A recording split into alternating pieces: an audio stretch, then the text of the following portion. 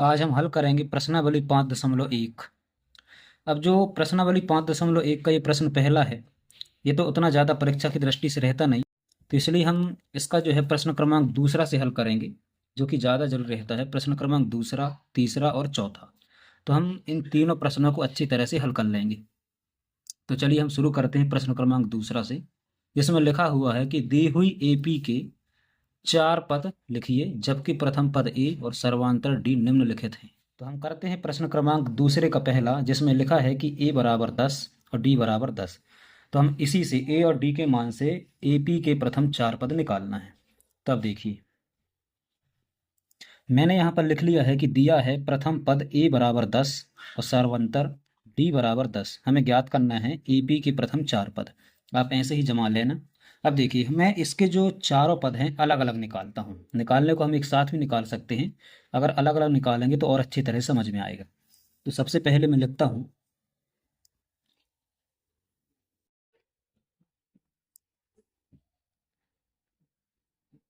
प्रथम पद ए बराबर, यही हो जाएगा अपना 10। अब देखो, जो दूसरा पद है, दूसरे पद को हम लिखते हैं A2। A2 को हम क्या लिखते हैं, A प्लस डी। तो ए का मान हमारा है 10 और प्लस डी का मान भी हमारा है 10। तो 10 और 10 क्या हो जाएगा, 20। उसी प्रकार हम तीसरा पद भी निकाल लेते हैं। अब देखो, तीसरे पद को हम लिखते हैं A3। और A3 का उस दिन उस वाले पिछले वीडियो में मैंने इनके सूत्र ही बताया था। तो A3 को हम क्या लिख सकते हैं, A प्लस 2D।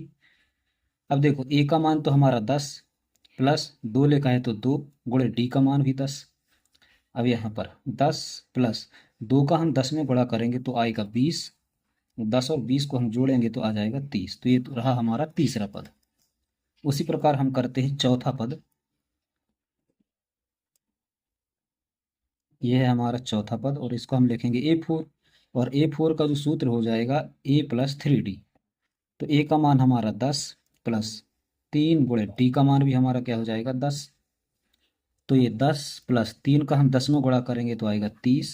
और 10 और 30 हो जाएगा हमारा 40। तो हम इसका आंसर लिख देंगे। आंसर में लिख देंगे कि एपी के जो है 10, 20, 30, 40, ये 4 पद हो गए। तो ये था हमारा प्रश्न क्रमांक पहला।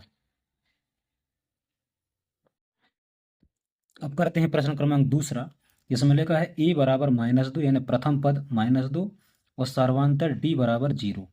चलो इसके भी हम प्रथम 4 पद निकाल लेते हैं। देखो, मैंने इसमें भी लिख दिया है कि दिया है प्रथम पद ए बराबर -2 और सर्वांतर डी बराबर 0। ज्ञात करना है ए पी के प्रथम 4 पद।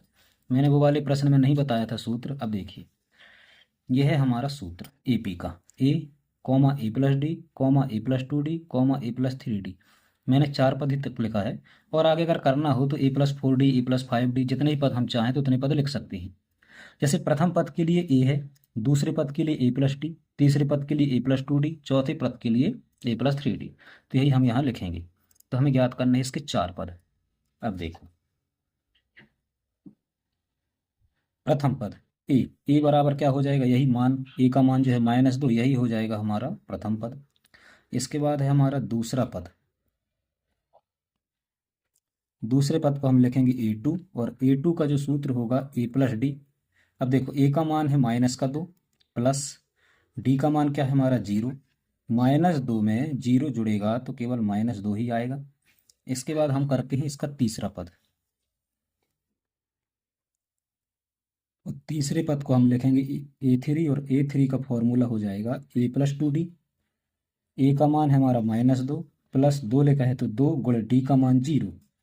अब देखो, -2 प्लस 2 का हम 0 में गुणा करेंगे तो 0, और -2 फिर 0 जुड़ेगा तो फिर -2। अब करते हैं हम चौथा पद।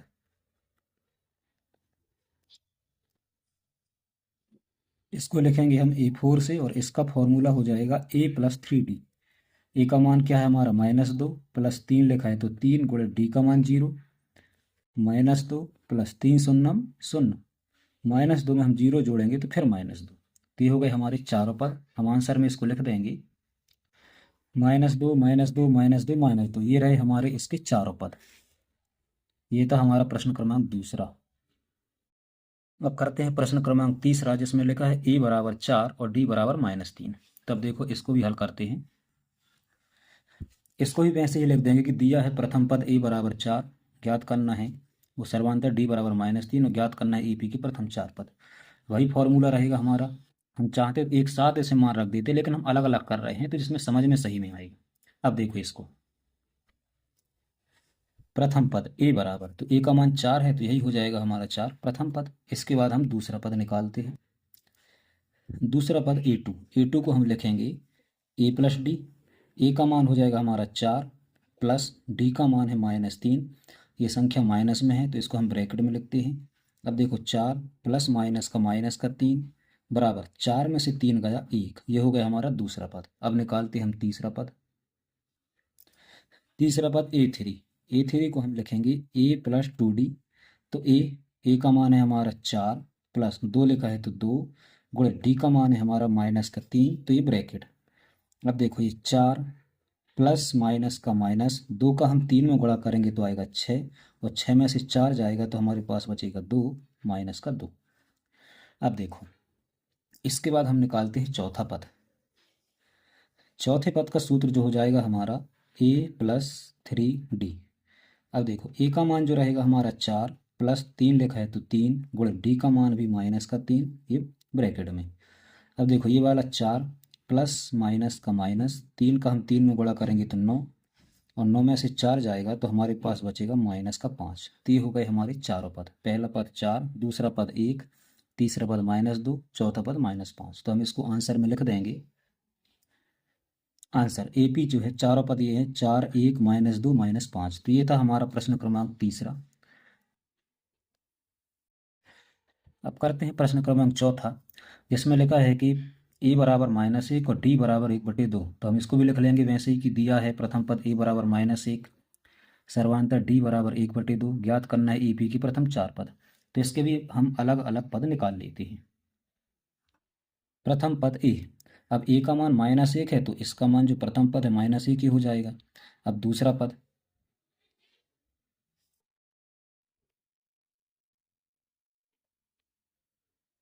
दूसरे पद को हम लिखेंगे a2, और a2 के लिए हम लिखेंगे a प्लस डी। अब देखिए a का मान हो जाएगा हमारा -1 प्लस d का मान हो जाएगा हमारा 1/2। अब इसको हम हल करते हैं। इस 1 के बटे में कुछ नहीं तो आप 1 लगा सकते हैं अपनी इच्छा से। अब देखो 1 का हम 2 में तिर्यक गुणा करेंगे तो ये हो जाएगा 2 माइनस का 2 प्लस 1 एकम 1 बटे में 2 का हम 1 में गुणा करेंगे तो 2। 2 में से 1 जाएगा तो 1, बड़ी संख्या के आगे माइनस तो माइनस का 1 बटे में 2। ये हुआ हमारा दूसरा पद। अब देखो आगे तीसरा पद a3, और a3 के लिए हम लिखेंगे सूत्र की a प्लस 2d। तो a का मान है हमारा -1 प्लस 2 लिखा है तो 2 गुणे d का मान भी हमारा 1/2।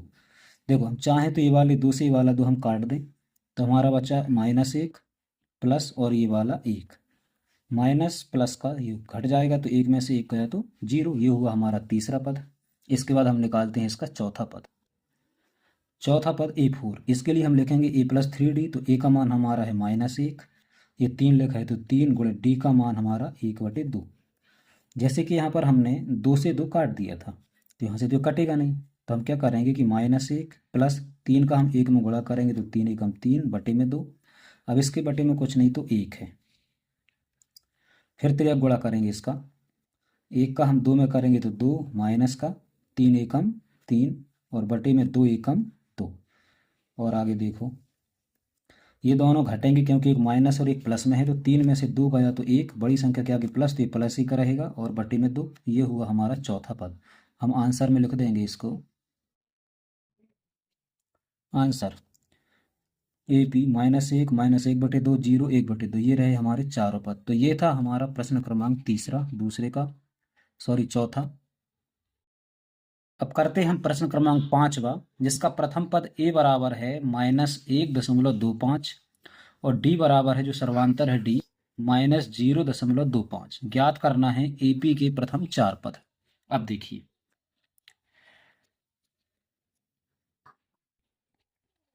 तो यह है हमारा AP का व्यापक रूप, जिसमें मैं 4 पदों तक इसका लिखा है, प्रथम पद, दूसरा पद, तीसरा पद, चौथा पद। यही फॉर्मूले हम लगाएंगे। अब देखिए हम प्रथम पद अलग अलग से करता हूं मैं। प्रथम पद ए। अब ए का मान जो है -1.25, वही हो जाएगा हमारा प्रथम पद, माइनस का 1.25। अब करते हैं हम दूसरा पद A2, और A2 के लिए हम लिखते हैं a प्लस डी। तो a का मान है -1.25 प्लस डी का मान है -0.25, और ये ब्रैकेट में बराबर -1.25 प्लस माइनस का यहाँ माइनस, और ये 0.25। अब दोनों में माइनस है तो ये दोनों जुड़ जाएंगे, तो इनको हम जोड़ेंगे तो आएगा माइनस का 1.50। ये हो गया हमारा दूसरा पद। अब करते हैं हम तीसरा पद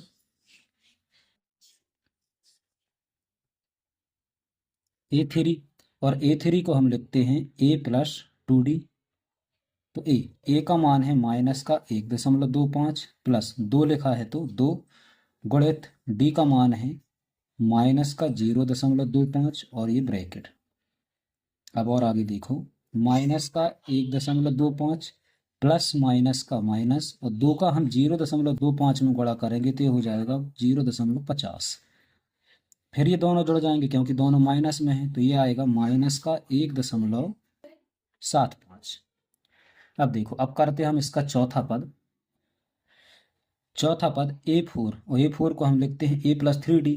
तो a का मान है माइनस का 1.25 प्लस 3 लिखा है तो 3 गुणित, और d का मान है हमारा माइनस का 0.25, और ये ब्रैकेट। अब देखो, माइनस का 1.25 प्लस माइनस का माइनस, 3 का हम यहाँ गुणा करेंगे तो ये हो जाएगा 0.75। अब देखो, इन दोनों को हम जोड़ेंगे तो आएगा केवल माइनस का 2। अब कैसे आएगा, अब इसका मैं रफ में दिखाता हूं। अब देखिए, जो ये -2 है कैसे आया, तो माइनस का 1.25 और माइनस का 0.75, तो हम इसको जोड़ेंगे तो 5 5 10, यहाँ हासिल की 1, 7 2 9 और 1 10, फिर हासिल की 1 और 1 हो गया 2, और दशमलव यहाँ पर। अब दशमलव के बाद 0 का तो कोई महत्व ही नहीं, तो ये माइनस का केवल 2, इसलिए यहाँ पर माइनस का 2 आया है। तो हम आंसर में लिख देंगे, यह है हमारा आंसर AP, -1.25 -1.50 -1.75 -2। तो ये रहा हमारा प्रश्न क्रमांक पहला कि पांचों प्रश्न जो हमने अच्छी तरह से हल कर लिए हैं।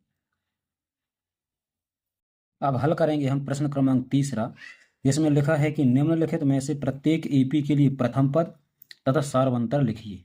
तो यह चारों प्रश्न इसके, तो हम एक एक से सभी प्रश्नों को हल कर लेते हैं।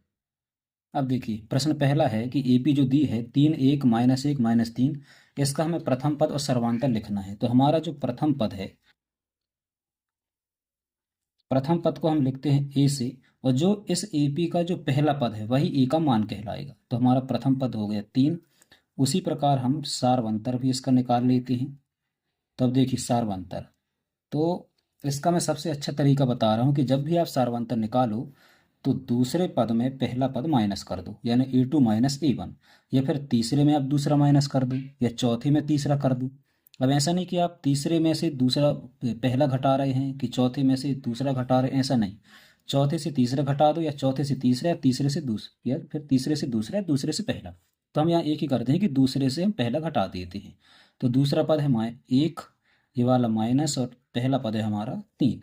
तो 3 में से 1 जाएगा तो -2, ये हो गया हमारा डी का मान। तो ये हो गया हमारा प्रश्न पहला। उसी प्रकार हम दूसरा करते हैं। अब देखिए, AP -5 -1 3 7। अब इसका प्रथम पद जो है ए बराबर हो जाएगा हमारा -5, और जो डी यानी सर्वांतर, मैंने यहाँ प्रथम पद और सर्वांतर नहीं लिखा, आप लोग लिख लेना। तो डी के लिए हम A2 - A1 लगाते हैं, यानी दूसरे पद से पहला पद माइनस करते हैं। तो दूसरा पद है हमारा -1, ये वाला माइनस ये है, और A1 का मान खुद माइनस में है, तो ये माइनस का 5। तो ये माइनस का 1 माइनस माइनस का हो जाएगा प्लस का 5, और 5 में से 1 जाएगा माइनस, क्यों, क्योंकि एक माइनस में एक प्लस में है तो घटेगा। तो 5 में से 1 गया 4, बड़ी संख्या के आगे प्लस, तो प्लस का 4 रहेगा। ये हो गया हमारा A का मान -5, और डी का मान हो गया हमारा 4। अब करते हैं अगला प्रश्न। हमारा तीसरा प्रश्न है जो AP दी हुई है 1/3 5/3 9/3 13/3। तो हम इस तो हमारा इसका A का मान हो जाएगा 1/3, और डी का मान हम फिर दूसरे पद में पहला पद माइनस कर देते हैं, यानी A2 - A1। तो A2 जो है हमारा है 5/3, और A1 है हमारा 1/3। तो देखो दोनों का हर सेम है, तो 3 जो हो गया LCM, 5 माइनस का 1, 5 में से 1 गया 4/3। ये है हमारा D का मान और ये हमारा A का मान। तो ये हो गया हमारा प्रश्न क्रमांक तीसरा। अगला है हमारा 0.6, 1.7, 2.8, 3.9। तो हमारा इसका मान हो जाएगा 0.6 A का मान। अब D के मान के लिए फिर से हम दूसरे पद में पहला पद माइनस कर देते हैं। तो A2 है हमारा 1.7 माइनस A1 है हमारा 0.6। अब इसमें हम माइनस करेंगे तो ये बचेगा 1.1, यानी A का मान हो गया 0.6 और D का मान होगा 1.1। तो ये